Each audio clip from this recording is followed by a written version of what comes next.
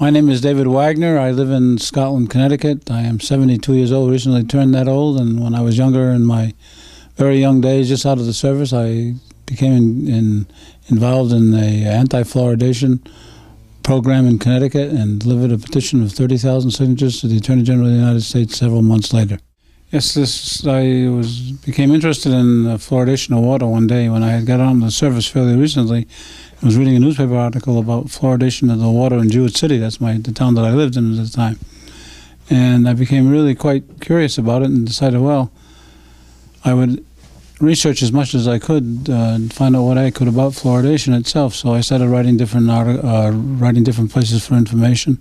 The best piece of information I ever got came out of the University of Wisconsin. It was a booklet on experimentation with pigs and fluoridation. And it was an eye-opener because I didn't know anything about it at all, aside that they were putting this in the water and it's supposed to be good for your teeth. Or so they said anyway.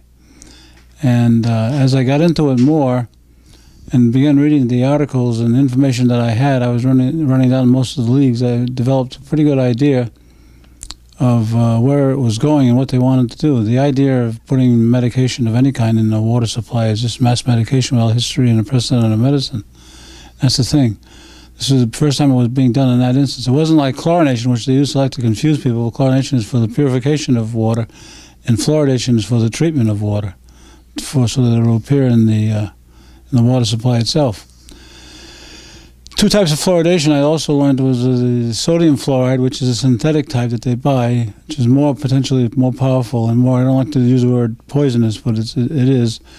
And the other one is the natural calcium fluoride, which occurs out west all over the place in fairly great abundance in the water supply. It creates mottling of the teeth, if you know what that is. It makes little spots here and there.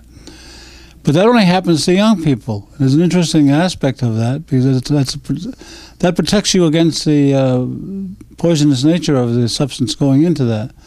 The body defends itself two ways. One is to absorb into the bones of the tissue poisons of any kind that don't normally belong there.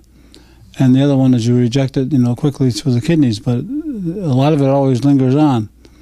And the thing was that from the information that I was gathering and learning more and more about, because I don't want to sound like a physician, as I'm definitely not, and I didn't want to get into that scope because I found out that the opposition, people who were for it, loved to kind of nail you as a kind of a doctor of some sort when you were not.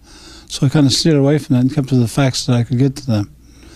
So anyway, I began really researching it quite thoroughly and found out that the body protects itself in children more than adults because their bones are still in forming years. And the fluoride naturally goes to that source for protection, and it'll embed itself in the bone or the teeth and won't hurt anybody until a point is reached where the soft tissues of the body are no longer able to absorb the fluoride. Then it's free to exert general toxic effects on the rest of the tissues of the body. And it manifests itself in any number of diseases or sicknesses or whatever the case may be. From you name it, they say it could have a bearing upon how it got there in the beginning, So I said that was really interesting. So it brought on once the body expended its natural devices for preventing it from being toxic, that after a while it would become toxic if it exceeded a certain amount, Because at the time I think they were talking, and you may help me on this one, about 1 part per million. That's so infinitesimally small, it doesn't amount to anything. That would be true if the fluoride would be exhausted from the body all at once or over a period of several weeks, or it didn't absorb into the tissue, the bones of the body or the teeth. But it did. And the thing is that what it said is it continued to absorb as best it could the general toxic effects on the body. And the University of Wisconsin used a number of pigs to experiments, and they overdosed them huge amounts of fluoride. They were using synthetic sodium fluoride that they put in the water supply, which is more dangerous than the regular calcium fluoride. And what happened was that the pigs, which would normally withstand toxic effects, got to a point where very quickly it couldn't. And it was also killing off the pigs, too. That's how bad it was. So it didn't take very long for the adult pigs, at least, to absorb into the soft tissues and create thrombosis or whatever. You could have different things in the pig itself and eventually kill it within a very short period of time. But no one, in all the information that I was getting from the people who promoted the idea, No one mentioned that bulletin. So I got quite a few of them. I wish I still had some. I don't have them. It's been a long time. I think you might be able to get a reprint, though, if you're at the University of Wisconsin. About 1953, I think it was a bulletin. So, but it explained it clearly, and what it explained doesn't change in time. It's the factors, the physiological factors against the body still remain the same. So, anyway, not to be a smart guy, a wise guy, I just said, geez, you know, the question about medicine and all is a good one, but we can't talk so much about that. I'm more entitled to my rights. I don't want somebody fluoridating the water that I drink. If they do, I want to have a choice. I want to have either water that isn't or water that is. That's the normal way. That's the big question that comes into mind. It's a constitutional question.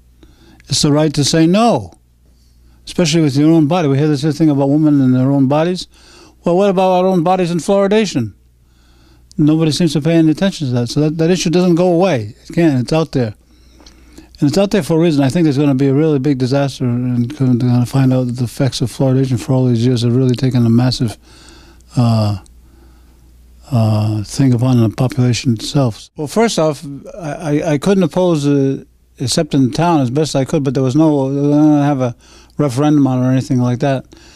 And I would, how could I oppose this? I thought to myself, the best thing to do is to circulate a petition. And if you're talking about constitutional rights, then somehow or another have a petition to bring it down to Washington, get as many people as you could to sign it, that they were against it as a matter of choice.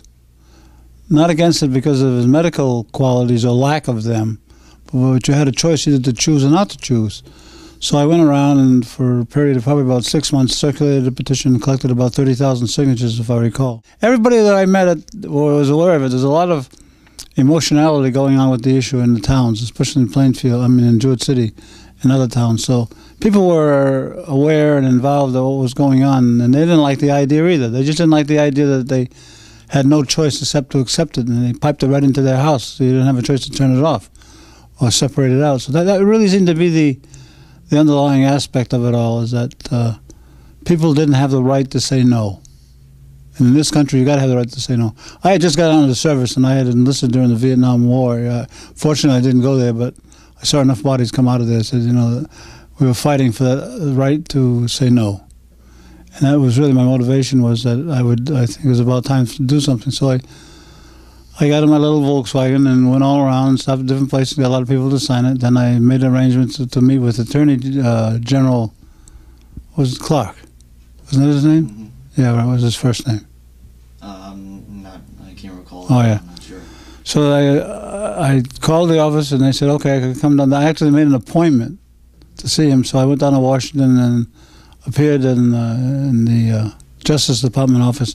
Big plush office with carpets about 2 foot thick with kind of nice pilings on it and all. So I never did see him, but I saw the secretary, and she took the petition that I had presented. It was all rolled up in a nice old kind of yellowish paper. It looked like a very old legal document. It said, we the people, that's how it started off with, have a right to say no in regards to mass medication. So I didn't know how it was taken on this end, but I heard all the newspapers picked it up on this end when I went down there. I couldn't, at the time it was done, I didn't realize that. That was my first trip to Washington. And everybody treated me nicely, but not for very long. They very quickly ushered me out, and I was on my way, you know. So I delivered that and hoped that something would come of it, but I can't remember what the Attorney General said. Did you read any articles and say? No, I'm not sure. No. I think he just put it in the closet somewhere and forgot about it. That's what I think happened. But it was a lesson in itself, is that if you're going to do this, you make sure it's the right way of doing it. And it says, and I use the general term that people have a right to petition their government for grievances. Okay, and that was a way to do it. I thought for sure, and all the 30,000 people that were with me thought the same thing too. So time went on, and I guess they eventually got fluoridation. There's a weakness in that whole thing, is that for the general welfare, it also states that in the Constitution, an awful lot of crimes can be committed, and this could be one of the biggest going, you know. But I never pursued it that way. So actually, I got a lot of people, we formed different organizations, I think, that we had, local groups, and we would go to different towns that were getting fluoridation when they tried to put up a referendum. And most of the referendums were defeated. The only ones that got in were the ones that didn't have referendums. So it says a lot about it, you know. And so, anyway, it kind of died off after that, and I would hear from different people who had been on different groups over the years and that asked for information that I had or any stuff that might be useful to them, but we used to give it to them. But then it kind of just died off, and I went and do my own thing, and everybody never came up after that. It can be somehow resurrected. I think there'd be a whole different aspect to it because we were getting very conscious health-wise about a lot of things, green stuff and stuff that's natural, and that sort of that's not natural. Although the first thing they'll say that sodium fluoride is natural as calcium fluoride. Sodium fluoride is totally a synthetic chemical made by chemical companies. It works the same in water for the way it dissolves, but it's I guess I don't know how many times more potent than the natural calcium fluoride, which started the whole business in the beginning. If you get natural calcium, it doesn't affect you toxically like the sodium fluoride. But the bulletin of Wisconsin, the bulletin that came out in '52, I guess, where the swines were used for experimentation, really scared the devil out if you read it. Those questions that were raised by that study were never answered by anybody. And all the hogs that were used would die, in a short period of time. Again, they're extra resistant. The hogs are terribly resistant to any toxic thing, more so than humans are by an incredible amount of percentage, So if someone could raise it up again today, they'd have to do, I think that what was necessary and needed is quite a bit more education up in front before you do anything. Lay it down and lay it out, and also, talk about what they want to do medically and what you have a right to do constitutionally. It's really important. I think it's the only safeguard we had ultimately in the end is the Constitution. You can't do it. You can't do that to me. I don't want to allow it, and no one can force me to do that. Because I was just gotten out of the Vietnam War, and that period of time there, and boy, I was saying, I was ready to put my life on the line for those rights, and everybody should have those rights. So that was really kind of motivated me to get going then at the time, But as far as a new approach to it, I guess you could try it, but I don't know if it should be done at a state level or the local level. The local level is where it's applied, where the jurisdictional problem is, or lack of a problem, I think. That's probably where it would be, but it's a question that's promoted nationally all over the place. And when you take it, the American Dental Association has a chart which keeps track of all the towns in the country that have and the ones that haven't, And that's another thing they say, that there's been no great discoveries in dentistry like in medicine.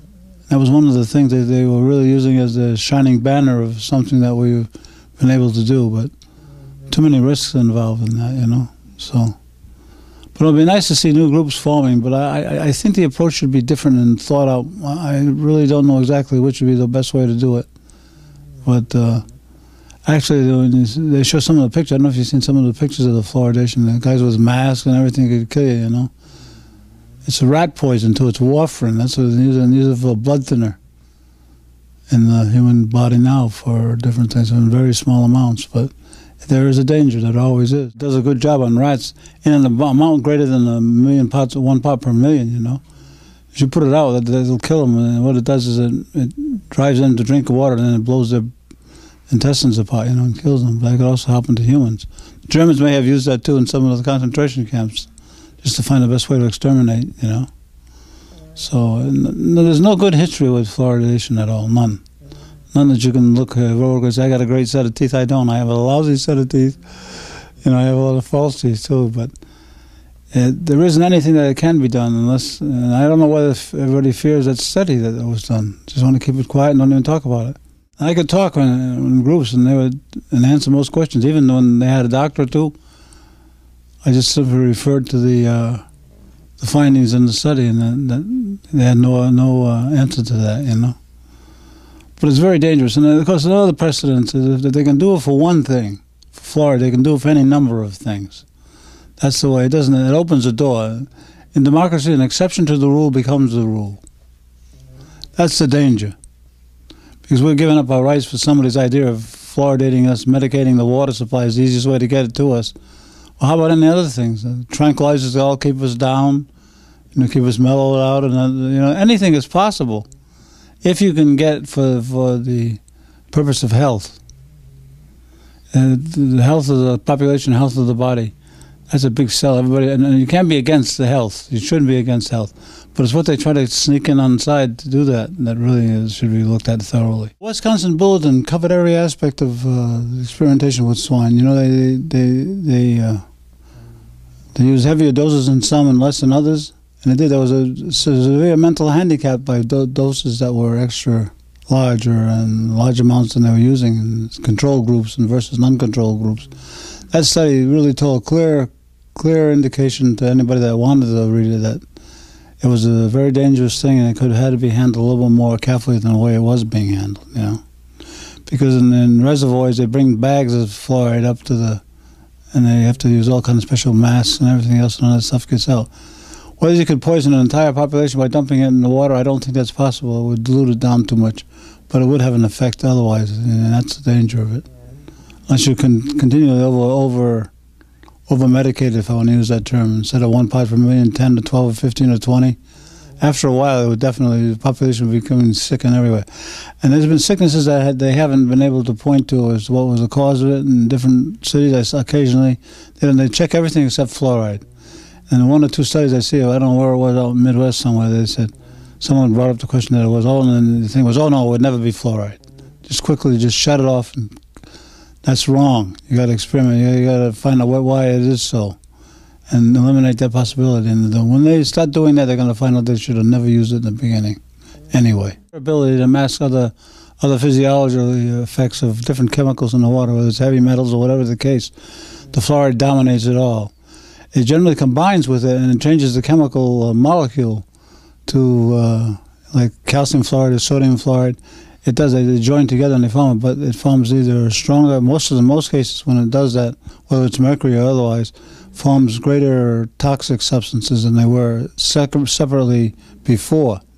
They just kind of join together, and the ions, and if you understand the chemical breakdown of it, are 10 times more stronger or hazardous than what they would otherwise would be. But it hasn't, and most of the studies connected with it show that it hasn't affected the amount of dentistry not being done or being done within the community, and there's no doctors that are going out of business because of fluoridation.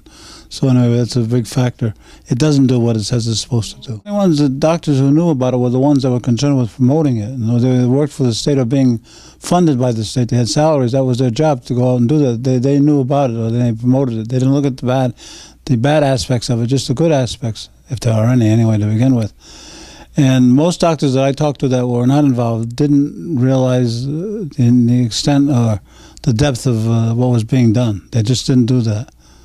And they would say, well, you got to use the water to help to improve the dental health of children and that sort of stuff. And everybody does everything for their children. This may not be one of the things.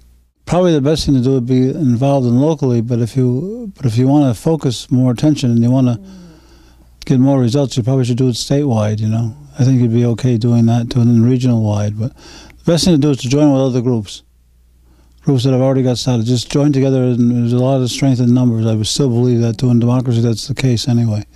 Join with those groups and really do your research and get it down pat and have the answers there before you even ask them. And you'll know.